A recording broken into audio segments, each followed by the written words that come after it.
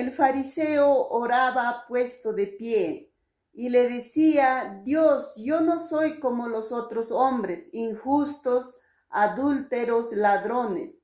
Yo ayuno, Señor, 2 veces por semana y doy diezmo de todo lo que gano. El fariseo estaba haciendo una oración exaltándose, mientras que el publicano, postrado, aún dice, no quería alzar sus manos hacia el cielo, no quería ver hacia arriba y decía, golpeándose su pecho: Señor, soy un pecador delante de ti.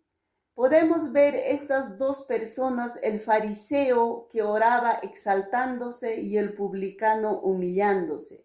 Y la palabra dice: al que se humilla, yo lo exaltaré, y al que se exalta, yo lo humillaré. Es muy importante delante de la presencia de Dios humillarnos, reconocer nuestros errores, porque cada momento el ser humano somos pecadores delante de Dios, aún con el pensamiento.